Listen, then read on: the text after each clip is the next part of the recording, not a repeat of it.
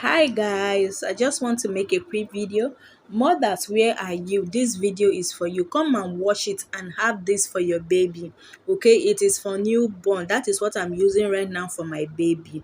Okay guys, you need to watch this video to the end to get the full gist. If you want me to do a proper sit down video on this for your babies, what you need, the herbs that you need for your baby, no heat rashes would going to disturb your baby, not in the body, everything, no disease, nothing. When we talk about sickness, far away from your baby.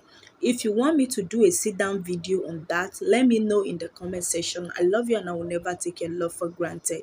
After you get this root, make sure you scrape the back the way you are seeing on the screen. That is it. In fact, anything you want on this channel, let me know, okay? Because I'm going to show you the different combination of herbs that you can use for your baby, and your baby is going to look healthy. All I want from you now is your comment down below. Okay guys, so this root you are seeing with this other leaf, this one is just only for the head. Okay, so come and join me. This is Fresh Cashew reporting live from the village. Thanks so much for watching. Just a quick video.